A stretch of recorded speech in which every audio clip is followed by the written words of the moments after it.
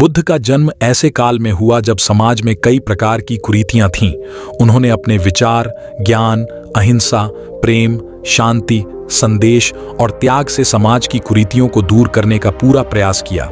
महात्मा गौतम बुद्ध बौद्ध धर्म के संस्थापक थे, जिन्होंने दिव्य ज्ञान को प्राप्त कर पूरे संसार को शांति और अहिंसा का मार्ग दिखाया। बुद्ध का जन्म ऐसे काल में हुआ जब देश अशांति, छुआछूत और अंधविश्वास की बेड़ियों में जकड़ा था। गौतम बुद्ध ने अहिंसा, प्रेम, सद्भावना, शांति, त्याग और समर्पण से समाज की इन्हीं कुरीतियों को दूर किया। इस तरह वे सिद्धार्थ गौतम से महात्मा बुद्ध कहलाए।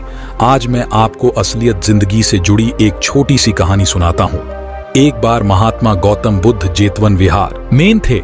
तब एक भिक्षु जिनका नाम चक्षुपाल था, उनसे मिलने के लिए आए हुए थे। चक्षुपाल के आने की खबर सुनते ही वहां जो अन्य भिक्षुक गण उपस्थित थे, उनकी दिनचर्या, व्यवहार और गुण आदि की चर्चाएं करने लगे।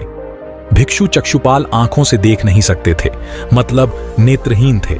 जब भिक्षु चक्षुपाल जेतवन विहार आए तो एक दिन बुद्ध के कुछ भिक्षुओं ने कुछ मरे हुए कीटों को चक्षुपाल की कुटिया के बाहर पाया। इसके बाद से उन्होंने चक्षुपाल की निंदा करनी शुरू कर दी।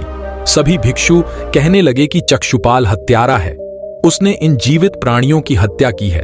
तब भगवान बुद्ध ने निंदा करने वाले सभी भिक्षुओं को बुलाया।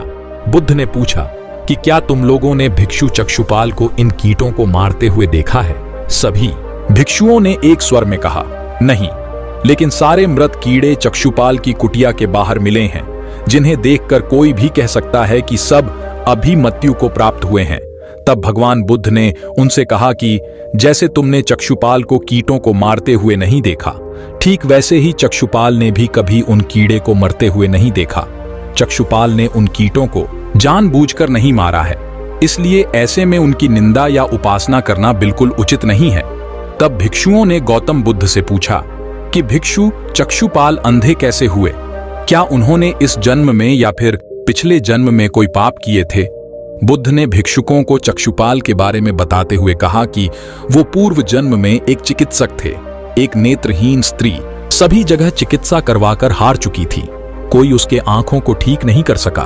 तब उसने चक्षुपाल से अपने नेत्रों की चिकित्सा कराई और उसने चक्षुपाल को यह वचन दिया था कि यदि वो उसकी आंखों की रोशनी लौटा देंगे तो वो और उसका पूरा परिवार उस चिकित्सक यानी भिक्षु चक्षुपाल के दास बन जाएंगे। चक्षुपाल की चिकित्सा से उस स्त्री की आंखें बिल्कुल ठीक हो गई, लेकिन अंत में उसने दासी बनने के भय से अपने द्वारा किए वादे को मानने से इनकार कर दिया। चक्षुपाल जो कि चिकित्सक थे, उन्हें तो यह पता था कि उस स्त्री की आंखें ठीक हो गई हैं और वह झूठ बोल रही है, लेकिन उसे सबक सिखाने के लिए और बदला लेने के लिए चक्षुपाल ने जानबूझकर उसे ऐसी दवा दे दी जिससे कि उस दवा से वह महिला फिर से अंधी हो गई। उस महिला को अपने की पर पश्चाताप भी हुआ।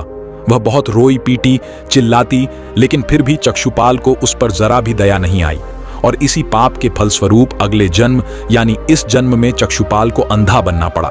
एक बात सदैव याद रखो, कर्म हमेशा लौट कर आते हैं, इसीलिए किसी के साथ न तो बुरा करो न करने की सोचो। अगर आप किसी को गिराने की नीयत से गड्ढा खोदते हो तो आपके लिए भी तैयार है। दोस्तों, कहानी अच्छी लगी हो तो वीडियो को लाइक और शेयर जरूर करें। नमो बुद्धाय।